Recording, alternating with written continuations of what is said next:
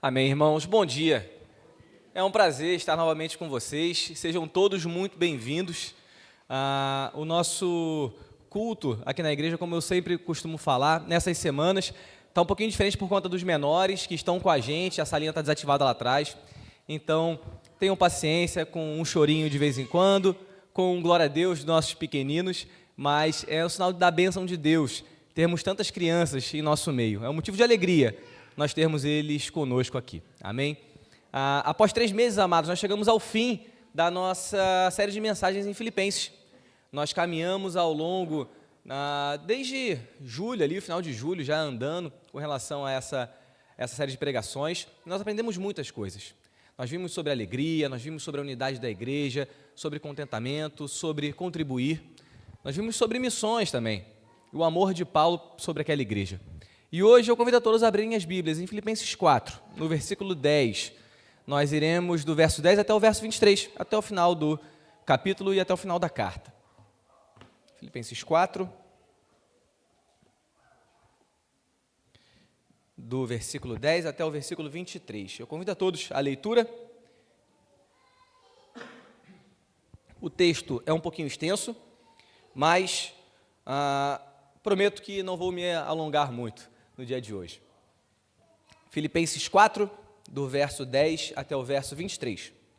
Diz assim a palavra do Senhor: Fiquei muito alegre no Senhor, porque agora, uma vez mais, renasceu o cuidado que vocês têm por mim. Na verdade, vocês já tinham esse cuidado antes, só que lhes faltava oportunidade. Digo isto, não porque esteja necessitado, porque aprendi a viver contente em toda e qualquer situação. Sei o que é passar necessidade, sei também o que é ter abundância. Aprendi o segredo de toda e qualquer circunstância, tanto de estar alimentado como de ter fome, tanto de ter abundância como de passar necessidade. Tudo posso, naquele que me fortalece. No entanto, vocês fizeram bem, associando-se comigo nas aflições. E como vocês, filipenses, sabem muito bem, no início da pregação do Evangelho, quando parti da Macedônia, nenhuma igreja se associou comigo nessa questão de dar e receber, exceto vocês somente. Porque até quando eu estava em Tessalônica, por mais de uma vez, vocês mandaram bastante para as minhas necessidades. Não que eu esteja pedindo ajuda, pois o que realmente me interessa é o fruto que aumente o crédito na conta de vocês. Recebi tudo e tenho até de sobra. Estou suprido, desde que Epafrodito me entregou o que vocês me mandaram, que é uma oferta de aroma agradável, um sacrifício que Deus aceita e que lhe agrada. E o meu Deus, segundo a sua riqueza em glória, há de suprir, em Cristo Jesus, tudo aquilo que vocês precisam. A nosso Deus e Pai, seja a glória para todo sempre. Amém. Saúdem cada um dos santos em Cristo Jesus. Os irmãos que estão comigo mandam saudações. Todos os santos mandam saudações, especialmente os da casa de César. A graça do Senhor Jesus esteja com o espírito de vocês. Amados, como nós já vimos, nós caminhamos ao longo da carta e pudemos refletir sobre diversos assuntos. Talvez o mote da carta, o tema principal da carta, como nós chamamos a série de mensagens, seja com relação à alegria. Paulo é muito enfático ao citar a necessidade de alegria, a alegria como um fruto, a alegria como algo incondicional ao longo de toda a carta. E dentre esses diversos assuntos que nós podemos citar, fidelidade a Deus, unidade da igreja, termos todos o mesmo pensamento e a mesma mente, servirmos uns aos outros, nos submetermos em amor uns aos outros. Depois de todos esses assuntos, eu gostaria de fazer uma pergunta para os irmãos, que todo pregador se faz quando ele vai expor um texto. E a pergunta é: qual é o tema principal desse texto que nós lemos? Vou dar uma dica. Dos versículos 21 até o versículo 23, a gente tem saudação e bênção. Mas do versículo 10 até o versículo 20, qual o tema principal desse texto? Alguns, levados pelo versículo 13, que é o versículo mais famoso da carta aos Filipenses, tudo posso naquele que me fortalece, diriam que essa perícope, ou esse recorte de texto, falaria sobre vencer as batalhas, ou triunfar, Outras pessoas, levadas por um palavreado mais contemporâneo, diriam sobre resiliência. Paulo aguentou muita coisa, de fato. Outras pessoas veriam os versículos 11 e falariam que o tema central dessa perícope que nós lemos é sobre contentamento, o que também está contido aqui. Mas percebam, amados, que todos esses assuntos, por mais que estejam contidos entre os versos 10 e 20, eles não são o tema principal dessa perícope. O tema principal desse recorte é a gratidão de Paulo por conta da contribuição financeira dos filipenses no seu ministério. Percebam as verdades que nós lemos aqui. Tudo posso naquele que me fortalece. Se nós perguntássemos para a maioria dos cristãos que nós conhecemos e que tem esse versículo nos seus carros adesivados ou mesmo nas suas bios do Instagram, e perguntássemos a eles, olha, qual é o tema do parágrafo que esse versículo está inserido? Muitos não saberiam responder. Isso se dá por conta da negligência que nós temos como igreja brasileira, de estudarmos o contexto, de estudarmos as passagens a fundo. Mas, como nós citamos, além da gratidão de Paulo, além do agradecimento de Paulo, muitos outros temas estão inseridos aqui e se complementam, formando esse emaranhado de ideias que nós já citamos nesse início, nesses 2 primeiros minutos. E eu convido a todos a, primeiramente, analisarmos os versículos de 11 a 13. Os versos de 11 a 13, eles vão, sim, falar sobre contentamento.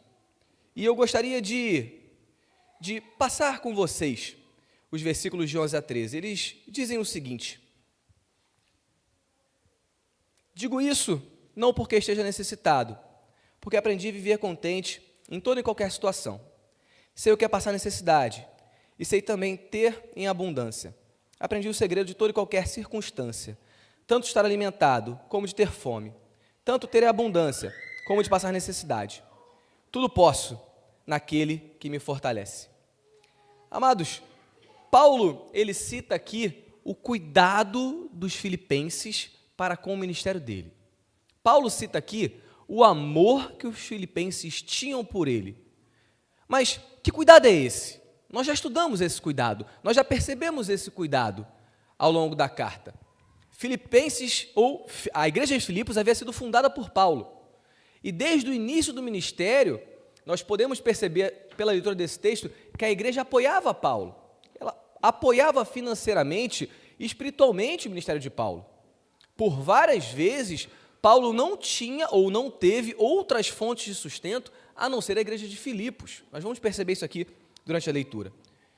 E essa igreja que Paulo passou por ela em sua segunda viagem missionária, quando Paulo seguiu para o sul, saindo da província da Macedônia, entrando na província da Acaia, que tinha a cidade de Corinto, cidade de Atenas, Paulo conseguiu prosseguir porque a igreja de Filipos ajudou o ministério de Paulo. Então Paulo tinha muito carinho pela igreja de Filipos. Paulo tinha muito cuidado, existia uma amizade muito grande, não pela parte financeira, mas pelo cuidado e pelo amor que aqueles irmãos tinham. Paulo agora está preso, e mesmo assim Filipos envia um irmão, não só para levar uma oferta, porque Epafrodito, ele foi enviado, como nós vimos no capítulo 2, para estar com Paulo e ajudar em todas as suas necessidades. Era para ser um missionário junto com Paulo. Aquela igreja envia um ajudante para Paulo. Aquele ajudante chega em Roma, quase morre, e Paulo envia ele de volta, dizendo, olha, ele passou por maus bocados aqui, mas agora eu peço que ele retorne e envie essa carta para vocês, para que vocês saibam do meu cuidado, do meu amor pela igreja de Filipos. Então, a história de Paulo e dos filipenses era uma história longa, era uma história de amor, era uma história de amizade recíproca. E, ao longo dessa perícope, Paulo inclui algumas verdades tremendas ao agradecer. E a primeira delas é estar contente em qualquer situação. Amados, Paulo, como um bom missionário aqui, ele sabe dialogar bem, ele sabe conversar bem com aquilo que está em voga no seu tempo. Não podemos esquecer que Paulo escreve no 1º século, e 200 anos atrás nós tivemos o ápice ali do pensamento clássico grego, e uma das linhas filosóficas mais fortes daquela época, e que até hoje nós conhecemos, era o estoicismo. E aí a ideia não é ter uma aula de história, mas é porque, às vezes, nos escapa, como leitores modernos, 2000 anos depois, todas as nuances e todos os pontos de Paulo. Paulo, ele utiliza um vocabulário muito similar aos que os filósofos gregos utilizavam. Percebam, quando ele fala de contentamento, a palavra que ele usa para contente era a mesma palavra que os estoicos utilizavam para contentamento. Mas o que defendiam esses estoicos? Eles falavam o seguinte: olha, nada me afeta. Nenhuma circunstância, nenhuma falta me afeta. Eu busco a serenidade, que é como nós traduzimos o foco ou o resultado do contentamento dentro do estoicismo para o português. E essa serenidade, ela advém de eu depender de mim mesmo. Eu não dependo de mais nada. Eu não tenho expectativas, porque se eu crio expectativas, eu me frustro. Então, se chover tá bom, se não chover tá bom, se eu tiver dinheiro tá bom, se eu não tiver dinheiro tá bom também. Se eu tiver com saúde está bem, se eu estiver sem saúde também estou bem. Assim pensavam os estoicos. E Paulo, percebam a sutileza dele, ele se utiliza desse vocabulário, desse campo semântico e fala externamente a mesma coisa que os estoicos, mas com conteúdo completamente diferente. Paulo fala: olha, eu posso todas as coisas, sim, mas naquele que me fortalece. Paulo, ele se apropria do contexto filosófico da sua época, se apropria das ideias em voga da sua época para conseguir se comunicar bem com seus ouvintes, mas ele foca não em si mesmo. Esse contentamento não vinha do coração de Paulo. Esse contentamento, ele vinha de Cristo. E certamente aqueles filipenses entenderiam isso. Certamente aqueles filipenses entenderiam aquele tipo de palavreado, aquele tipo de vocabulário. E Paulo ali buscava corrigir uma ideia de que eles poderiam ser satisfeitos em si mesmos, que eles poderiam ser felizes por si mesmos. Mas nós já vimos aqui ao longo das últimas semanas que a alegria, ou a nossa alegria, a alegria do cristão, ela provém de Cristo. Então, assim como a alegria, o contentamento, essa noção de satisfação, essa ideia de completude, ela não vem de nós mesmos, ela não vem de ter alguma coisa ou de possuir algo. Ela não vem da simples ideia de não ter nenhum problema, não. O contentamento, ele vem do coração de Paulo, porque Cristo dá esse contentamento a ele. E o problema que Paulo quer tratar aqui, e de maneira muito sensível, é que ele recebe várias ofertas de Filipos. Só que ele não quer que a igreja de Filipos pense que esse contentamento era por conta das ofertas.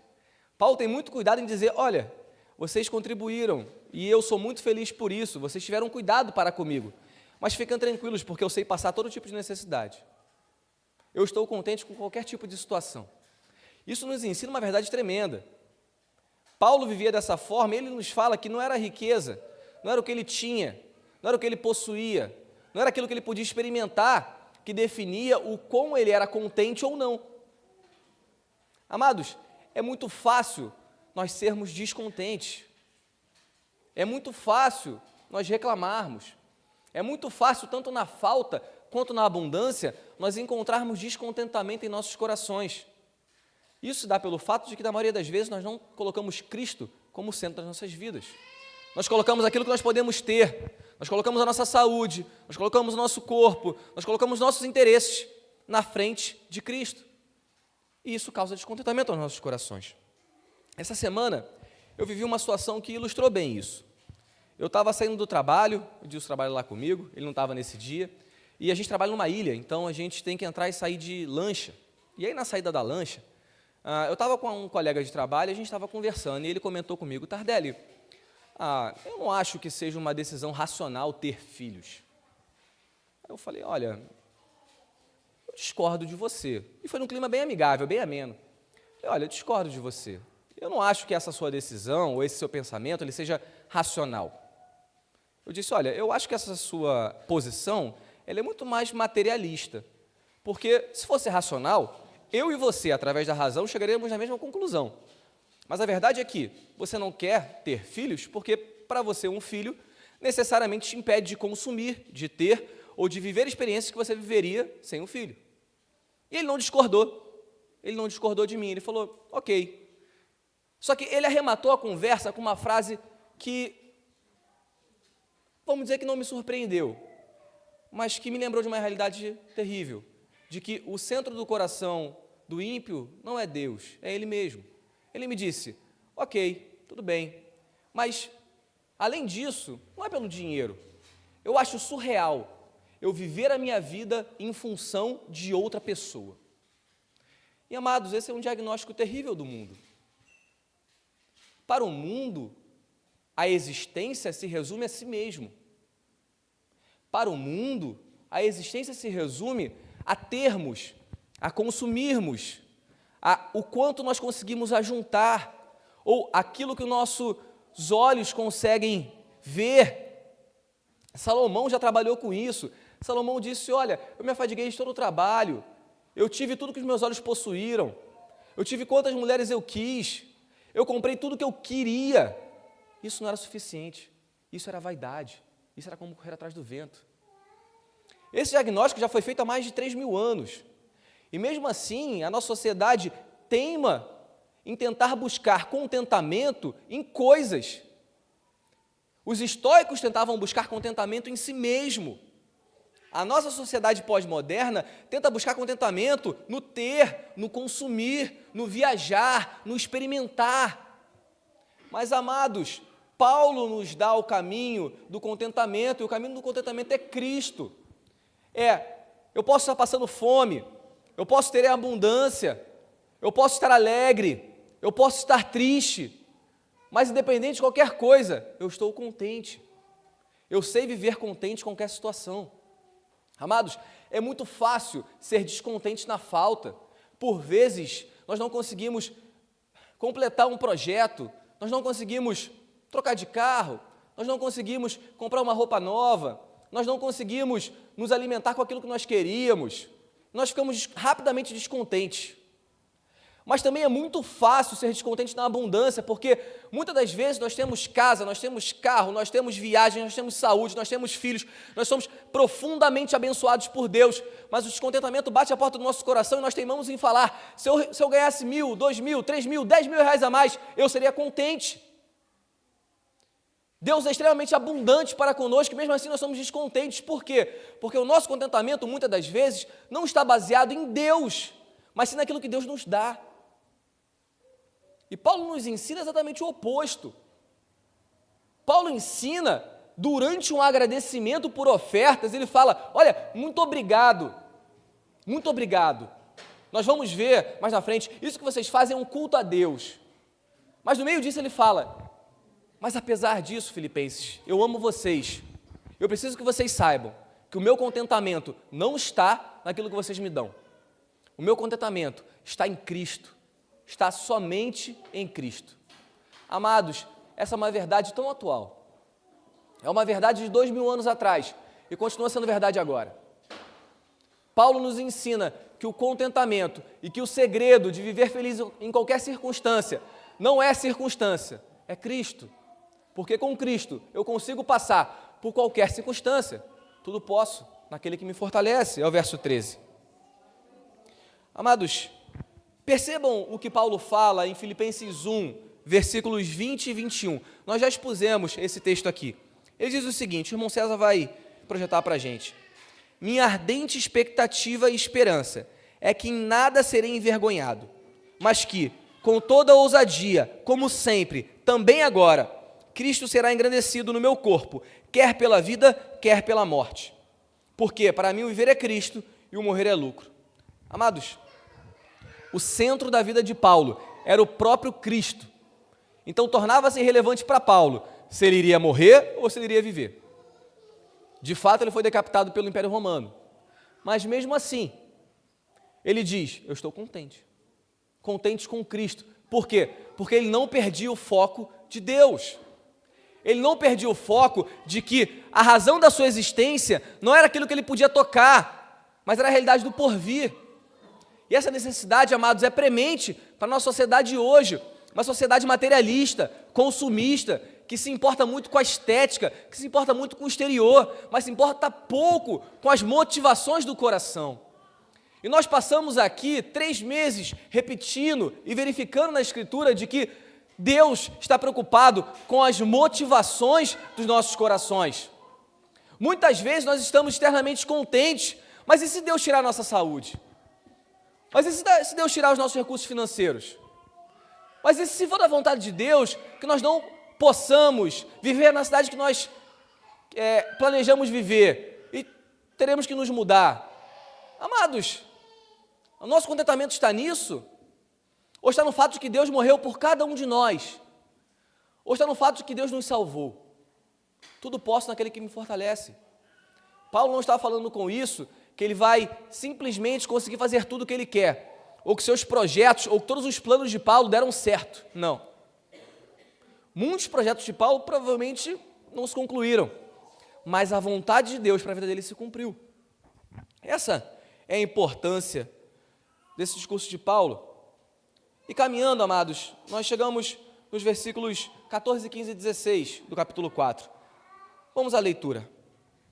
No entanto, vocês fizeram bem associando-se comigo nas aflições. E como vocês, filipenses, sabem muito bem, no início da pregação do Evangelho, quando parti da Macedônia, nenhuma igreja se associou comigo nessa questão de dar e receber, exceto vocês somente. Porque até quando eu estava em Tessalônica, por mais de uma vez, vocês mandaram bastante para as minhas necessidades. E aqui, meus amados, eu queria pontuar uma segunda lição, ou um segundo ponto, sendo redundante, que chama a minha atenção. Deus mudou a história do mundo através do amor que os filipenses tinham por missões. Parece que isso está fora de contexto, Mas se nós analisarmos o livro de Atos, a carta aos Coríntios e a carta aos Filipenses ao mesmo tempo, nós percebemos a importância do amor dos filipenses em apoiar o ministério de Paulo financeiramente. Amados, após sair de Filipos, Paulo seguiu para Corinto, seguiu para Atenas. Nesse momento em que Paulo escreve, ele estava preso em Roma. Amados, como nós podemos perceber, em certo momento, somente os filipenses apoiavam Paulo financeiramente. Paulo só pôde trabalhar em Corinto porque os filipenses o apoiaram. Nós vamos ver isso mais à frente. E ele repreende a igreja de Corinto por conta disso. Amados, nós temos as cartas de 1 Coríntios, 2 Coríntios, Romanos, Filipenses, Gálatas, Efésios, por conta da soberania de Deus, porque Deus é soberano e Ele cuidou para que tivéssemos até agora. Mas Deus se utilizou da generosidade dos filipenses para que Paulo pudesse continuar seu ministério missionário e chegar até essas cidades. Nós recebemos esse presente, pela soberania de Deus, mas porque Deus utilizou os filipenses. Percebam a grandeza disso. Os filipenses não viram isso acontecer. Mas olha o fruto do trabalho deles. Olha o fruto do amor daquela igreja. Com isso eu não estou dizendo, amados, que se eles não contribuíssem, Deus não faria só obra. Deus é Deus, Ele levantaria outra pessoa. Mas percebam que eles foram utilizados por Deus de maneira grandiosa. Amados, Deus, em sua soberania, utilizou da generosidade dos filipenses para que esse tesouro chegasse até nós. E percebam, peço que o irmão Júlio abra para a gente, 2 Coríntios 8, versos de 1 a 4. Nós podemos ser tentados a pensar assim, mas Filipos era uma cidade rica, Filipos tinha muito dinheiro, e eles contribuíam, porque estava sobrando. 2 Coríntios 8, versos de 1 a 4, diz assim: também, irmãos, queremos que estejam informados a respeito da graça de Deus que foi concedida às igrejas da Macedônia, onde se encontrava Filipos. Porque, no meio de muita prova de tribulação, manifestaram abundância de alegria e a profunda pobreza deles transbordou em grande riqueza de generosidade. Porque posso testemunhar que na medida das suas posses e mesmo acima delas, eles contribuíram de forma voluntária, pedindo-nos com insistência a graça de participarem dessa assistência aos santos. Amados, a igreja de Filipos foi chamada ao mesmo tempo por Paulo de profundamente pobre, mas abundante em alegria e grande em generosidade. E aqui nós vemos que para o mundo não faz sentido ser pobre, ser alegre e ser generoso ao mesmo tempo. Não faz parte da lógica moderna isso. Na verdade, qualquer coach não cristão, ele vai falar que se você é pobre, você não é alegre, você tem que buscar seus horizontes, alargar suas tendas. Agora percebam, os filipenses, mesmo em extrema pobreza, eram alegres e eram generosos. Amados, quantos de nós, se estivéssemos em extrema pobreza, seríamos conhecidos como abundantemente alegres e grandes em generosidade? Amados, nós temos tudo. Nós temos casa, nós temos alimento, nós passamos pelo inverno, nós temos roupas. Deus é abundante para conosco. Nós não somos profundamente pobres, como os filipenses. Mas será que nós somos abundantes em alegria? Será que nós somos grandes em generosidade? Mas essas não foram palavras bajuladoras de Paulo aos filipenses. Paulo está escrevendo isso aos coríntios. Percebam, os filipenses se tornaram um exemplo positivo de Paulo. Os filipenses se tornaram alguém ou uma igreja a ser copiada por outras igrejas. Paulo está exortando os coríntios através do exemplo dos filipenses. E a pergunta aqui, amados, fica clara: quantos de nós podemos ser chamados de exemplos quanto à nossa contribuição financeira e nossa generosidade e a nossa alegria? Porque os filipenses eram um exemplo, mesmo em meio à grande pobreza. Isso não diz respeito, nem nunca disse sobre dinheiro. Nunca disse. Isso diz respeito ao coração, amados. Isso diz respeito totalmente às nossas intenções e às nossas motivações. Isso diz respeito àquilo que nós valorizamos e àquilo que está no centro das nossas vidas. Não é pecado nenhum ter dinheiro. Não é pecado nenhum ser abençoado por Deus. Muito pelo contrário, é algo bom, é algo que nós podemos louvar a Deus por isso. Mas a forma como nós lidamos com o dinheiro revela muito sobre a intenção dos nossos corações. Quem está no centro das nossas vidas? Deus ou o dinheiro? Porque Jesus, no Sermão do Monte, colocou esse paradigma. Nós estudamos sobre isso na série de mensagens anterior, sobre o Sermão do Monte. Nós não podemos servir a dois senhores. Nós não podemos servir ao dinheiro e a Deus. E a pergunta é, a quem nós servimos? Porque, lendo o exemplo dos filipenses, eu tenho certeza que ele serviu a Deus. Mas a quem nós servimos? Paulo repreende os coríntios com relação a isso. Paulo repreende os coríntios por conta do seu egoísmo, por conta da sua falta de generosidade. Percebam, os filipenses foram exemplares nesse sentido. Exemplares. Isso revela muito sobre a motivação dos nossos corações. E percebam as implicações espirituais desse ato dos filipenses. Versículos 17 a 20. Vamos fazer a leitura. Filipenses 4, 17 a 20. Não que eu esteja pedindo ajuda, pois o que realmente me interessa é o fruto que aumente o crédito na conta de vocês. Recebi tudo e tenho até de sobra. Estou suprido, desde que Epafrodito me entregou o que vocês me mandaram, que é uma oferta de aroma agradável, um sacrifício que Deus aceita e que lhe agrada. E o meu Deus, segundo a sua riqueza em glória, há de suprir, em Cristo Jesus, tudo aquilo que vocês precisam. A nosso Deus e Pai, seja a glória para todo sempre. Amém. Percebam, amados, algumas verdades que nós lemos aqui agora. A primeira delas é que, quando nós contribuímos financeiramente, o que está em vista não é o dinheiro. Nunca esteve. Quando Paulo recebia aquelas ofertas, o que estava em vista para Paulo não era o dinheiro. Porque Paulo deixou bem claro que ele poderia viver em qualquer situação. Inclusive, aos Coríntios ele revela que passou fome, passou necessidade. Na carta a Timóteo, Paulo está preso, cego, passando frio em Roma, numa masmorra. Então, Paulo passava por privações. Então, Paulo aqui em nenhum momento está colocando o dinheiro em primeiro plano. Na verdade, o que Paulo valoriza, e ele consegue enxergar nos filipenses, é que o ato de contribuir era uma frutificação na vida dos filipenses. Leia comigo o versículo 17 novamente. Não que eu esteja pedindo ajuda, pois o que realmente me interessa é o fruto que aumente o crédito na conta de vocês. Amados, Paulo aqui ele usa de forma intencional uma linguagem de transação comercial. Ele é intencional aqui. E aí a gente pode se assustar, nossa, Será que Paulo está tratando o dinheiro como se eles investissem, eles vão ganhar de volta? Não, amados. Paulo não é um teólogo da prosperidade. Mas Paulo tem em mente uma verdade muito grande. Que, na verdade, quando nós nos desprendemos do dinheiro, os abençoados somos nós. Porque toda a avareza, todo o egoísmo é tratado em nossos corações. Nós começamos a frutificar para Deus. E era isso que a igreja de Filipos colocava em prática com Paulo.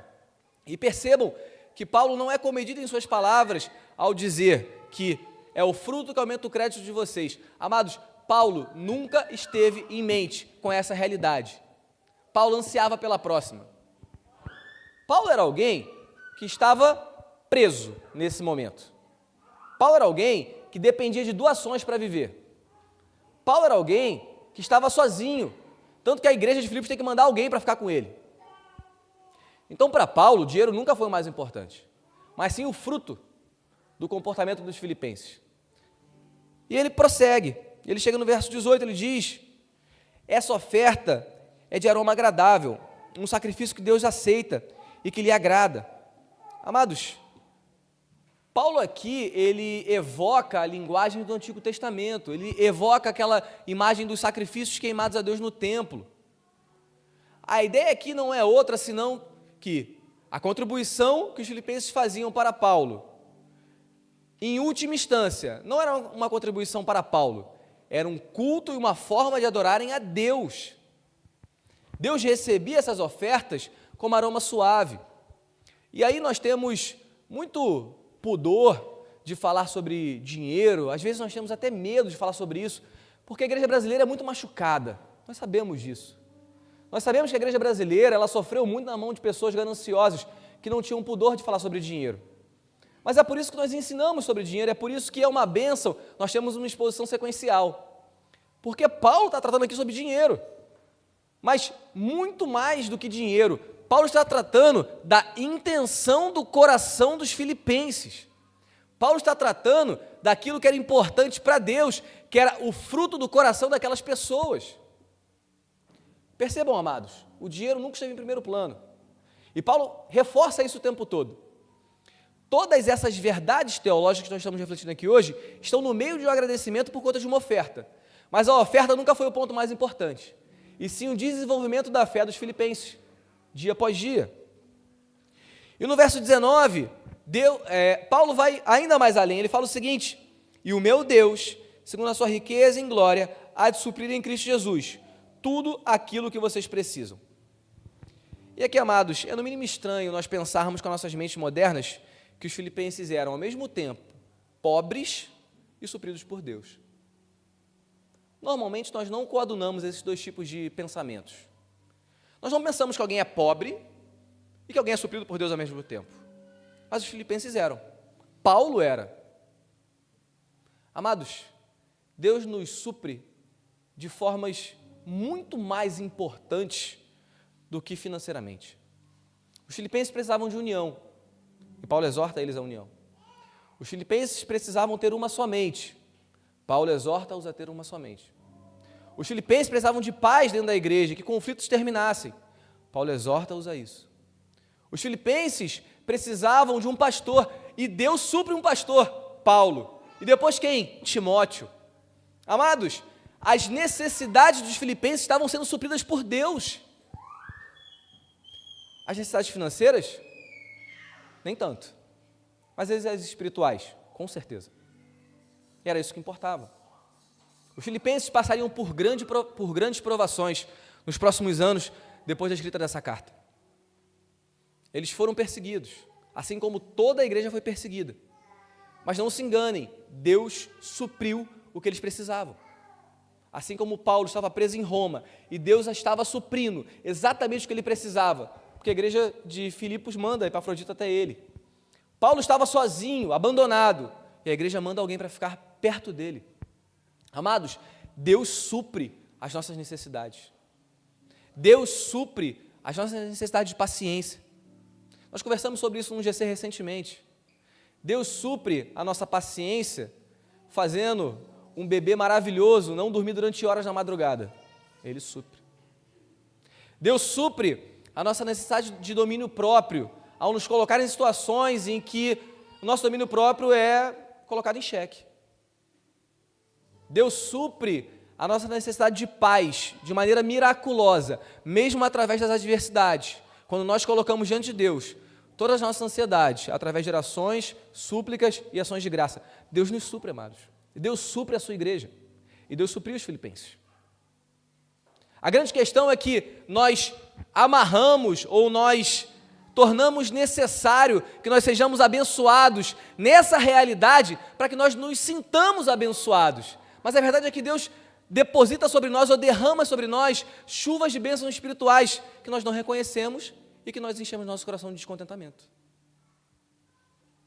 Amados, quantos de nós, sejam sinceros consigo, não precisa falar nada, mas pensem, quantos de nós eram pessoas completamente diferentes há poucos anos atrás? Quantos de nós estávamos afundados no pecado há poucos anos atrás? E Deus nos supriu.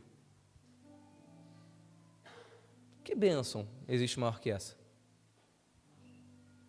E perante isso, Paulo exulta em glória, porque não existe outra reação para o ser humano quando ele percebe que Deus supre tudo o que ele precisa.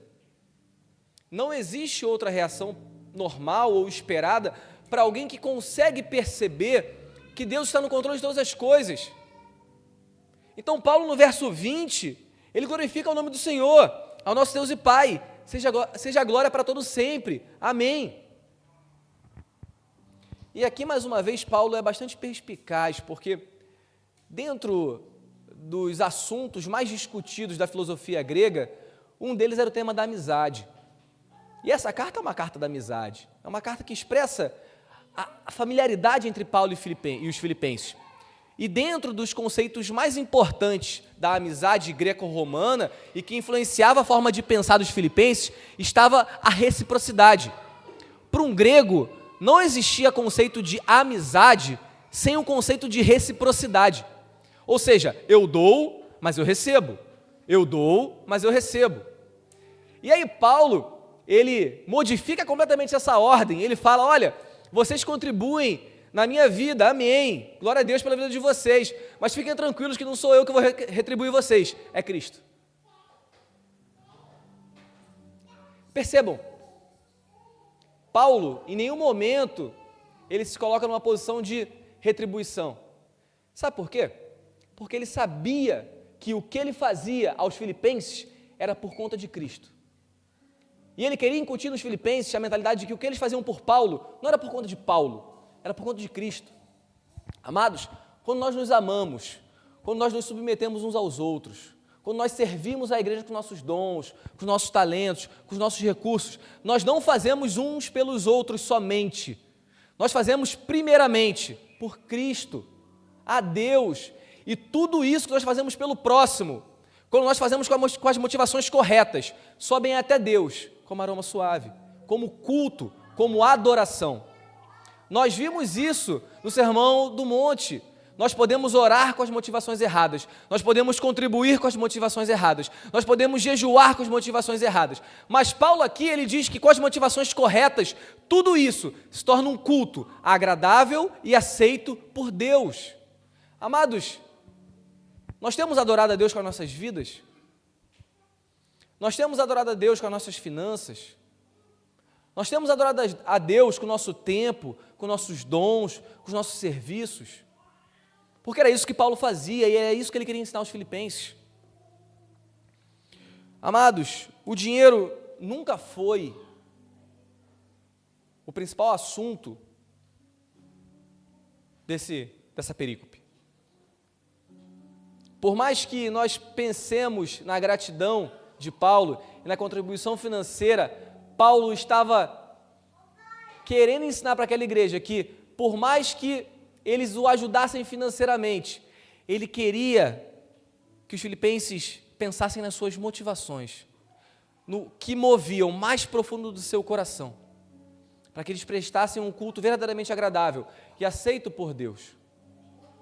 Por mais que essas contribuições tenham sido extremamente importantes, como nós vimos, e que Deus tenha mudado a história do mundo, No ano 62, quando isso foi escrito, o cristianismo era uma religião, era uma seita do judaísmo. Em poucos anos depois, seria uma religião perseguida e proibida. Mas 200 anos depois, os filipenses não viram, mas seria a religião oficial do Império Romano. E 2000 anos depois, é a maior religião do mundo, com 2 bilhões de pessoas professando que Cristo é o Senhor do mundo. Amados, o esforço dos filipenses rendeu frutos pela soberania de Deus. Por quê? Porque eles não fizeram por Paulo, e Paulo não fez pelos filipenses. Ambos fizeram por Deus.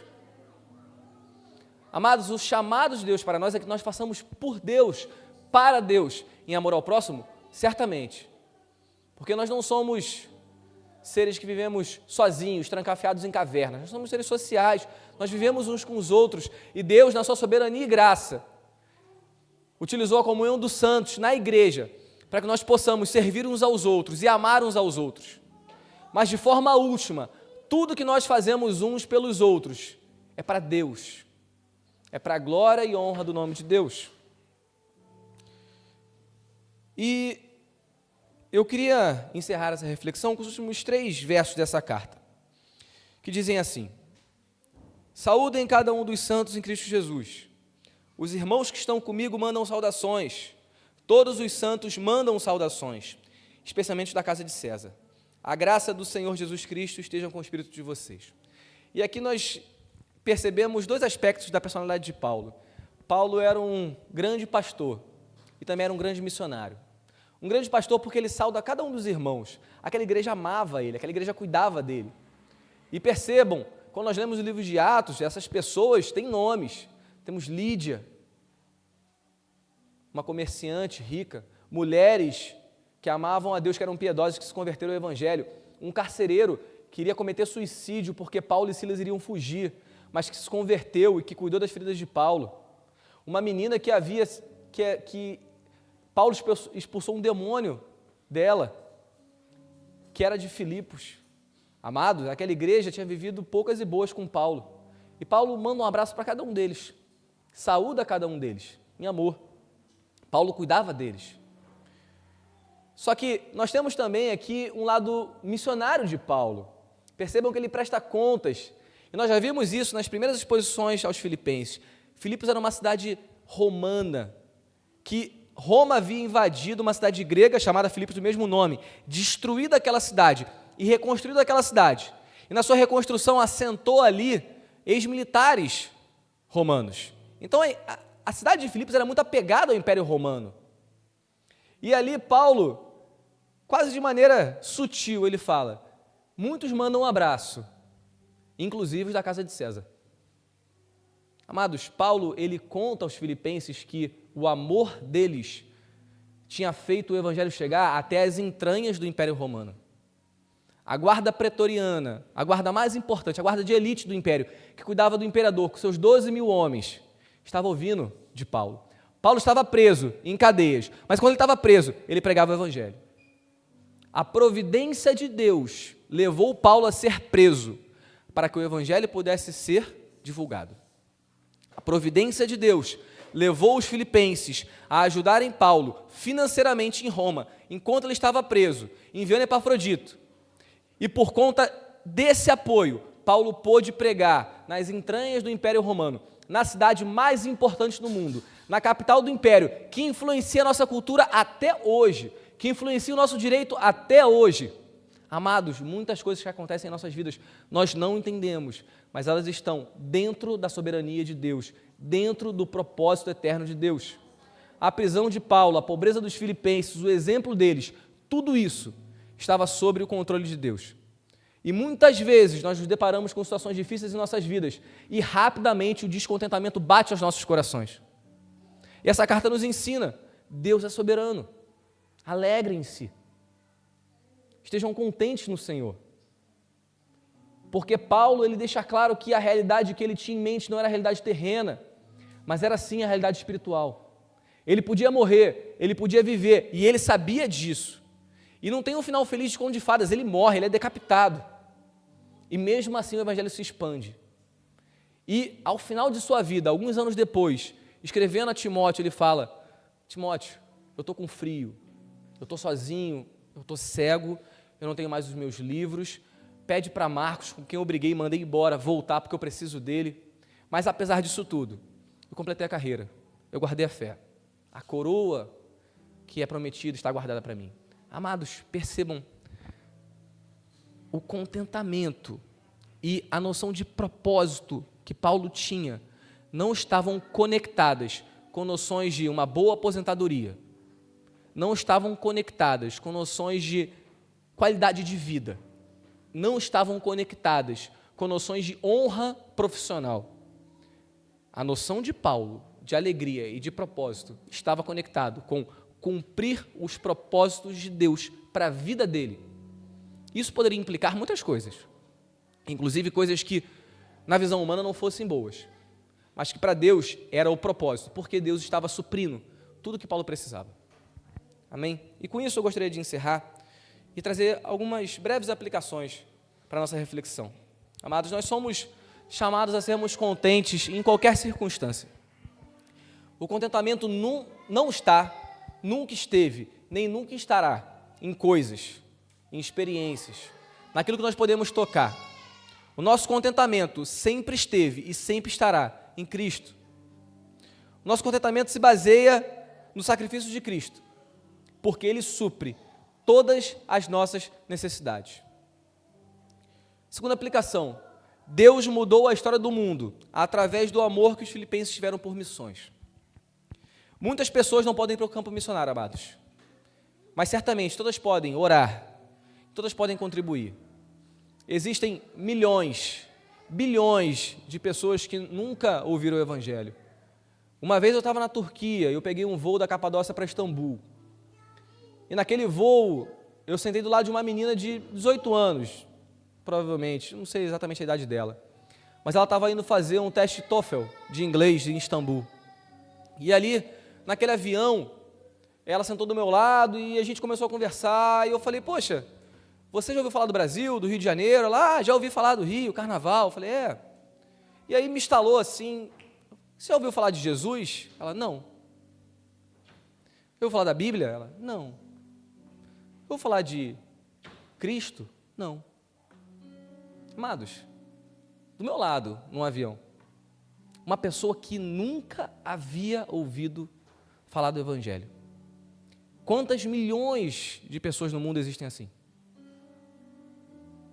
E é nosso papel levar. Paulo amava isso, Paulo viveu para isso. E Paulo sabia que nem todo mundo conseguiria abrir mão de sua vida e ir até o campo de missões.